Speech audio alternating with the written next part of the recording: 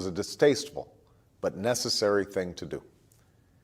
Along the lines of executive authority, Treasury Secretary Jack Lew has previously said that the executive branch of government doesn't have the authority to slow or stop corporate inversions, the practice that you have called distasteful, unpatriotic, et cetera.